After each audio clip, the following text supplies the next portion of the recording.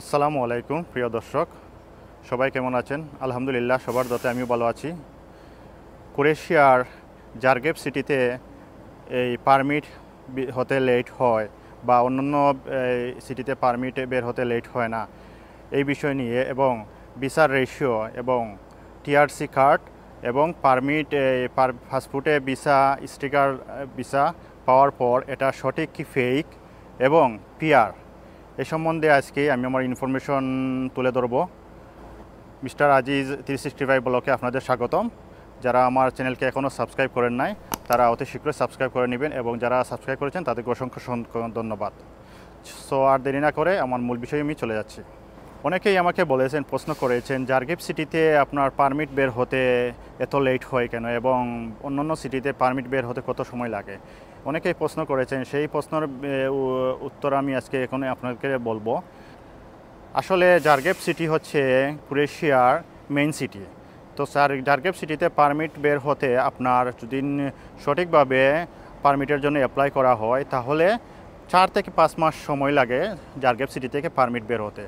আর জারগেবের বাইরে যেগুলো সিটি আছে ওইগুলো থেকে পারমিট বের হতে 1 থেকে 2 মাস বা 2.5 মাসের মতো সময় লাগে, কারণ জারগেব সিটি হচ্ছে আপনার ক্রোয়েশিয়ার মেইন সিটি। সো আমাদের যেমন ঢাকা এই বাংলাদেশের মাঝে মেইন সিটি হচ্ছে ঢাকা রাজধানী, সেম এই জারগেব সিটি হচ্ছে ক্রোয়েশিয়ার main city. So main city থেকে পারমিট বের হতে আপনার 4 থেকে 5 মাস সময় লাগে এবং অন্যান্য সিটি থেকে পারমিট বের হতে 1 থেকে 2 বা 2.5 মাস সময় লাগে। এবং আপনার এজেন্সি যদি আপনার এই যে পারমিটের কাজটা নিবে, সে একসাথে কয়েকটা পারমিট একসাথে করে ওইটা পারমিটের জন্য অ্যাপ্লাই করে। সো আপনার পারমিট যদি 1 মাস আগে আনে, ওই পারমিটটা আপনার সাথে সাথে ও এজেন্সি বা দালাল আপনার এই সাবমিট করে না পারমিটের জন্য, কয়েকটা পারমিট পাওয়ার পর একসাথে ওরা সাবমিট করে। তো সো এই জন্য আপনার এই পারমিটের লেট হয়ে যায়, 2 মাস 3 মাস বা 4 মাস 5 মাস হয়ে যায়। অন্য সিটি থেকে পারমিট বের হতে 4-5 মাস লেগে যায়। এই জন্য আপনার পারমিটের লেট হয় পারমিট বের হতে।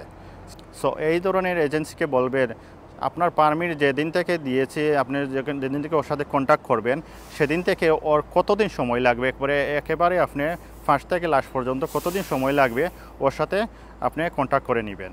কারণ ওরা আপনার পারমিট একটা পারমিট করে ওরা সাবমিট করে না, ওরা কয়েকটা ফাইলস একসাথে করে তো ওই পারমিটের জন্য অ্যাপ্লাই করে, হোক জারগেব সিটি বা ওই ক্রোয়েশিয়ার অন্যান্য সিটিতে পারমিট বের করে।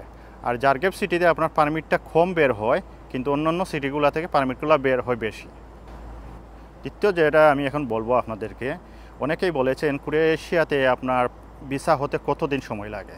আসলে বিগত বছর এই ক্রোয়েশিয়াতে ভিসা হতে আপনার 8 থেকে 10 মাস সময় লেগেছে, বা 8 মাস সময় লেগেছে, 6 মাস সময় এরকম লেগেছে। এখনও এরকম চলতেছে, কিন্তু এই সামনে দিয়ে এই সময়টা আপনার পরিবর্তন হতে যাচ্ছে। ক্রোয়েশিয়ার গভর্নমেন্ট এই ভিসাটাকে আপনার যে এশিয়া মহাদেশের ভিতরে এই যারা ভিসা অ্যাপ্লাই করবে, পারমিটের জন্য অ্যাপ্লাই করবে, তাদের ভিসাটার মেয়াদ এই অ্যাপ্লাই থেকে শুরু করে ভিসা হওয়া পর্যন্ত মেয়াদটা যাতে কম হওয়া যায়, সেটা অতি দ্রুতই এই ফিল আপ হতে যাচ্ছে, পরিবর্তন হতে যাচ্ছে। 5 থেকে 6 মাসের ভিতরে আপনার ভিসা সম্পূর্ণ শেষ হবে, এই ধরনের পরিবর্তন হতে যাচ্ছে। কিন্তু এখনও আপনার 8 থেকে 8 মাস মিনিমাম, যদি একটু বেশি সময় লাগে তো 10 মাস হতে পারে। এই আপনার এই পারমিটের অ্যাপ্লাই ফার্স্ট থেকে শুরু করে লাস্ট পর্যন্ত ভিসা হওয়া পর্যন্ত 8 থেকে 10 মাস সময় লেগে যায় ক্রোয়েশিয়ার ভিসা। এই নিয়মটা এখন পরিবর্তন হতে যাচ্ছে। ক্রোয়েশিয়ার গভর্নমেন্ট এই নিয়মটা পরিবর্তন করে 5 থেকে 6 মাসের ভিতরে, যাতে আপনার ফার্স্ট থেকে শুরু করে লাস্ট পর্যন্ত এই ভিসা হওয়া পর্যন্ত আপনার 5 থেকে 6 মাস সময় লাগে, এই নিয়মটা এখন পরিবর্তন হতে যাচ্ছে। এটা খুব দ্রুতই পরিবর্তন হবে। এবং আরেকটা সুখবর, যে ক্রোয়েশিয়ার এমবেসি এখন আমাদের বাংলাদেশে বিএফএস চলে এসেছে, যে অত শীঘ্রই এটা কাজ শুরু করে দিবে।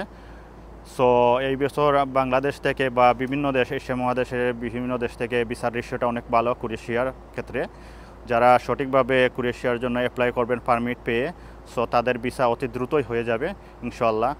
আর সঠিকভাবে অ্যাপ্লাই করলে আপনার এজেন্সিকে বলবেন বা দালালকে বলবেন আপনার পারমিটটা যাতে সঠিকভাবে জাস্টিফাইজ করে, সঠিকভাবে সবগুলো ডকুমেন্ট চেক করে ভালোভাবে আপনারা এগুলো সাবমিট করে এই এজেন্সিকে বলবেন, তাহলে আপনার ভিসা 100% হয়ে যাবে কারণ ক্রোয়েশিয়ার ভিসার রেশিও এই বছর অনেক ভালো হতে যাচ্ছে। আর আরেকটা বিষয় হচ্ছে আপনার বাংলাদেশে বিএফএস চলে এসেছে, ওটা বিএফএস আপনার ভিসার আপনি এমবেসি ফেস করতে পারবেন, ইন্টারভিউ দিতে পারবেন এবং আপনার ভিসার স্টিকার লাগিয়ে নিয়ে আসতে পারবেন বিএফএস থেকে। কিন্তু এমবেসিটা এখনও দিল্লিতে রয়ে গেছে। আপনার যখন পারমিটের জন্য অ্যাপ্লাই করবেন তখন আপনার সার্টিফিকেট এবং পুলিশ ক্লিয়ারেন্স এই দিল্লির এমবেসি থেকে অ্যাটাস্টেশন করানি লাগবে।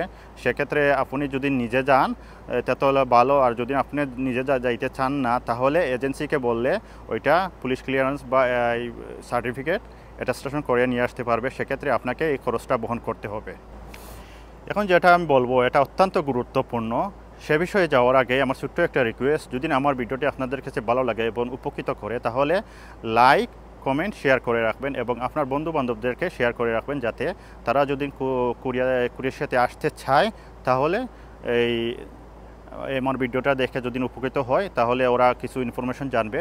সেক্ষেত্রে আপনাদের বন্ধু বান্ধবদেরকে আমার ভিডিওটা শেয়ার করে রাখবেন। এখন যেটা আমি বলবো সেটা হচ্ছে, অনেকেই আমাকে বলেছেন কোম্পানির এই ক্রোয়েশিয়ার কোম্পানি থেকে যে পারমিটটা বের হয়েছে সেটা সঠিক কিনা বা ফেক, এজেন্সিরা তো ভুয়া এই পারমিট বের করতে পারে।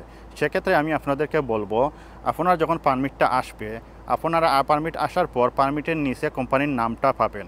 কোম্পানির নামটা আপনারা যদি ক্রোয়েশিয়ার ভাষায় ওইটাকে গুগল ট্রান্সলেশন গিয়ে ওটারে ইংলিশ করবেন। করার পর ওইটা গুগল ক্রাউন ব্রাউজারে গিয়ে ক্রোয়েশিয়া লেখে আর কোম্পানির নামটা লেখে সার্চ দিলে এই কোম্পানির সব অ্যাড্রেস ডিটেলস চলে আসবে। আসার পর এখানে ইমেল পাবেন।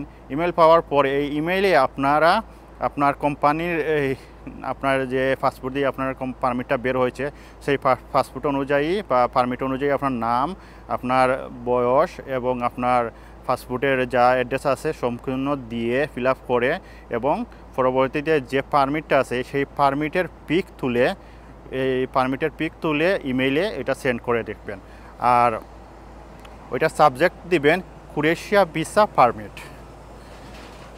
সো এই ইমেইলটা যখন আপনারা সেন্ড করবেন সেই কোম্পানিতে মেইলটা যাওয়ার পর ওরা কিছুদিন লেট হতে পারে, ওটা চেক করবে। করার পর ওরা আপনাকে রিপ্লাই এই মেইল দিয়ে দিবে। তখন আপনারা বুঝতে পারবেন পারমিটটা ফেক না রিয়েল। সো এখন বলা যাক টিআরসি কার্ড। অনেকেই আমাকে প্রশ্ন করেছেন টিআরসি কার্ড সম্বন্ধে কিছু বলার জন্য। সো আমি আপনাদেরকে এখন বলবো, বিগত বছরে যারা ক্রোয়েশিয়াতে আসছেন তাদের টিআরসি কার্ড 1 বছরের হয়েছে। কোম্পানিতে আসার পর কোম্পানি আপনাকে 45 দিনের ভিতরে টিআরসি কার্ডটা করে দিবে। সো বিগত বছর 1 বছরের জন্য টিআরসি কার্ড করে দিত। 1 বছর যাওয়ার পর পরে 2 বছর, 3 বছর এরকম এই কোম্পানি টিআরসি কার্ড করে দিত। কিন্তু এখন এই নিয়মটা খুবই জলদি পরিবর্তন হতে যাচ্ছে। সেই টিআরসি কার্ডটা আপনারা এই চলিত বছরে যখন আইনটা পাস হবে তখন থেকে যারা নতুন আসবেন তাদের 3 বছরের টিআরসি কার্ড পাবেন। তো 3 বছর এই কোম্পানিতে আসার পর 45 দিনের ভিতরে আপনার ওই কোম্পানি আপনাকে টিআরসি কার্ড করে দিবে। সো নতুন যারা আসছেন তাদের জন্য এটা অত্যন্ত একটা সুখবর। আর যখন 3 বছর আপনারা পার করার পর এই পরের 2 বছরের জন্য এইটা রিনিউ করিয়ে দিবে কোম্পানি। আর যদি আপনার টিআরসি কার্ড পাওয়ার পর যদি এই কোম্পানিতে কাজ না করেন, যদি চান অন্য কোম্পানিতে কাজ করতে চান তাহলে করতে পারবেন, এটা কোনো সমস্যা নাই। আর এটা টিআরসি কার্ড পাওয়ার পর আপনি যদি আপনার ইচ্ছা মতো কাজ করতে চান, যেমন ফুড ডেলিভারি বা আপনার ড্রাইভিং বা অন্যান্য কাজ করতে চান ইত্যাদি আপনি করতে পারবেন, এটা কোনো সমস্যা নাই। আর 5 বছর যাওয়ার পর আপনারা পিআর পাবেন। সো পিআরের বিষয়ে আমি একটু পরে বলতেছি। আসলে আমি টিআরসি কার্ডের কথাটা আমি শেষ করে পরে আপনাদেরকে পিআর সম্বন্ধে আমি বলবো। তাই আপনারা এই এখন পর্যন্ত আপনার 1 বছরের টিআরসি কার্ড আছে। যখন এই আইনটা পাস হবে, অতি দ্রুত এই আইনটা পাস হওয়ার পর আপনারা 3 বছরের টিআরসি কার্ড পেয়ে যাবেন। আর যারা নতুন আসছেন তাদের জন্য অত্যন্ত সুখবর এটা। এখন বলা যাক পিআর কার্ড। পিআর কার্ড হচ্ছে আপনার এটা পার্মানেন্ট রেসিডেন্সিপ কার্ড। এটা আপনি পেতে হলে আপনার 5 বছর ক্রোয়েশিয়াতে আপনি থাকতে হবে। 5 বছর থাকার পর আপনি পিআর কার্ড পাবেন এবং ফ্যামিলি নিয়ে আসতে পারবেন। আর পিআর এই 5 বছর পর যখন পিআর পাবেন, পরের 5 বছর পর আপনি পাসপোর্টের জন্য অ্যাপ্লাই করতে পারবেন। সো আপনাকে ধৈর্য ধরে ক্রোয়েশিয়াতে 5 বছর স্টে করতে হবে পিআর পেতে হলে। পিআর পাওয়ার পর আপনি আর টিআরসি কার্ড পাওয়ার পর যদি আপনি কোম্পানির সাথে ভালো আন্ডারস্ট্যান্ডিং করেন, কোম্পানির সাথে আপনার কমিউনিকেশন ভালো থাকে, তাহলে কোম্পানির মাধ্যমে আপনি আপনার ফ্যামিলিকে নিয়ে আসতে পারবেন ক্রোয়েশিয়াতে টিআরসি কার্ড পাওয়ার পর। আর কারণ পিআর পেতে আপনার 5 বছর সময় লাগবে, আর পিআর পেলে আপনার কোম্পানির লাগবে না, আপনি নিজেই আনতে পারবেন, আপনার কোনো কোম্পানি বা কারো মাধ্যম লাগবে না, আপনি নিজেই অ্যাপ্লাই করে আনতে পারবেন। কিন্তু টিআরসি কার্ডের বিষয় হচ্ছে টিআরসি কার্ড পেলে আপনার ফ্যামিলিকে আনতে হলে এই কোম্পানির পারমিশন লাগবে, তো পরে আপনি আনতে পারবেন আপনার ফ্যামিলিকে। পার্মানেন্ট রেসিডেন্সিপ কার্ড দিয়ে আপনি যে কাজ করতে পারবেন পাসপোর্ট দিয়ে সেম কাজ করতে পারবেন। পাসপোর্ট দিয়ে যে কাজ করতে পারবেন পার্মানেন্ট রেসিডেন্সিপ কার্ড দিয়ে সেম কাজ করতে পারবেন। পার্মানেন্ট রেসিডেন্সিপ কার্ড আর পাসপোর্ট একই। সো এটা আপনারা মনে আনবেন না যে আমরা পিআর পেলাম, পাসপোর্ট পেতে 10 বছর লাগবে, তো ক্রোয়েশিয়াতে আমরা 10 বছর টাকা লাগবে পাসপোর্ট পেতে। ভাই পাসপোর্ট মেইন কথা না, আপনি যদি পিআর পেয়ে যান, এটা হলো পার্মানেন্ট রেসিডেন্সিপ কার্ড, এটা যদি আপনি পেয়ে যান তাহলে আপনার পাসপোর্ট 5 বছর 10 বছর পরেই আপনি পান বা 15 বছর পরে পান, এটা কোনো সমস্যা ম্যাটার করে না। শেষে আমি যেটা বলবো, এটা আমি আপনাদেরকে রিকোয়েস্ট করব যে যদি আপনারা কোনো এজেন্সি বা দালালের সাথে ক্রোয়েশিয়ার কাজ করেন, পারমিটের জন্য ভিসার কাজ করেন, সো তাদেরকে বলবেন যে আপনার যদি কোনো সার্টিফিকেট থাকে না, তারা সার্টিফিকেটটা বানিয়ে দেবে বলবে, কিন্তু এটা আপনি আর করবেন না। আপনার যদি সার্টিফিকেট থাকে না তাহলে আপনারা এই কারিগর শিক্ষা বোর্ড থেকে এই 8ম শ্রেণীর একটা সার্টিফিকেট ম্যানেজ করবেন, করার পর পুলিশ ক্লিয়ারেন্স আর এই সার্টিফিকেটটা আপনারা দিল্লি এমবেসি থেকে অ্যাটাস্টেশন করে আনবেন, এজেন্সির মাধ্যমে বা দালালের মাধ্যমে, বা আপনি নিজেই আনতে পারবেন। সো এইটা আপনারা করবেন না কোনো জন্য এই এজেন্সি বা দালালি আপনাকে সার্টিফিকেটটা বানিয়ে দিবে। সো এটা আপনারা কখনো করবেন না। যদি এই সার্টিফিকেটের কারণে যদি আপনার ভিসাটা রিজেক্ট হয়, তাহলে আপনার যে এজেন্সিটারে বা দালালের সাথে কন্ট্যাক্ট করবেন, ওরা মিনিমাম আপনাদেরকে 50 থেকে 1 লাখ টাকা বলবে। ভিসা যদি হয় না, রিজেক্ট হয়, 50 থেকে 1 লাখ টাকা আপনার কেটে রাখা হবে। এটা আপনার অনেক এজেন্সি বা সবই এরকম বলে, ওদের ক্ষতি হয় না, বাট আপনার ক্ষতি হবে। সো আপনার একটা ভুলের জন্য আপনার এই 50 থেকে 1 লাখ টাকা আপনার কেটে রাখা হবে, আপনার লস হবে। সো আপনারা যখন পারমিটের জন্য অ্যাপ্লাই করবেন, সঠিকভাবে আপনার ডকুমেন্টগুলো কী সঠিক আছে না আছে আপনি ওরা যাচাই করবেন এজেন্সিকে দেওয়ার আগে বা দালালকে দেওয়ার আগে। ওরা যা বলবে সব কিছু আপনি first time ID card, passport, জন্ম নিবন্ধন সার্টিফিকেট যারা আছে, আর যারা নাই তারা কারিগর শিক্ষা বোর্ড থেকে 8ম শ্রেণীর সার্টিফিকেট ম্যানেজ করবেন। আর যারা আছে তারা সব কিছু নাম, এই বানান এবং কি বয়স সব কিছু চেক করে ভালোভাবে তারপর আপনি এজেন্সিকে আপনার পারমিটের জন্য বা এই পারমিটের জন্য অ্যাপ্লাই করার জন্য আপনার ডকুমেন্টগুলো দিবেন। সো এত সময় আমার ভিডিওতে দেখার জন্য আপনাদেরকে অসংখ্য ধন্যবাদ। আর ক্রোয়েশিয়া বা সার্বিয়া বা অন্যান্য দেশ যে কোনো দেশের তথ্য জানার জন্য বা কোনো কিছু জানার প্রয়োজন হয়, তাহলে আমার কমেন্ট বক্সে আমাকে জানিয়ে দিবেন। আর আমার চ্যানেলকে অবশ্যই সাবস্ক্রাইব করে রাখবেন, যাতে আমি নতুন ভিডিও আপলোড দেওয়ার সাথে সাথে আপনারা পেয়ে যান। সো আল্লাহ হাফিজ, ভালো থাকেন।